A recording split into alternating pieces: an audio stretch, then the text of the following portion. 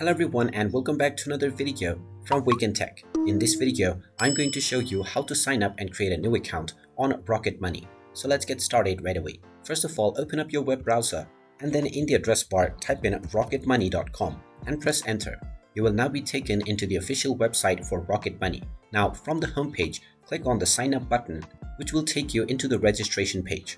Just type in your first and your last name, followed by your email address, and click on the I agree box to agree with the terms of service and privacy policy. Then click on the Get Started button and you will be asked to set up your password. Type in your desired password within the password box and then click on the Continue button. Make sure that all of these requirements have also been met. You will now be asked to fill up a small survey, which you can complete by answering the questions, or you can click on the Skip button at the top right as well.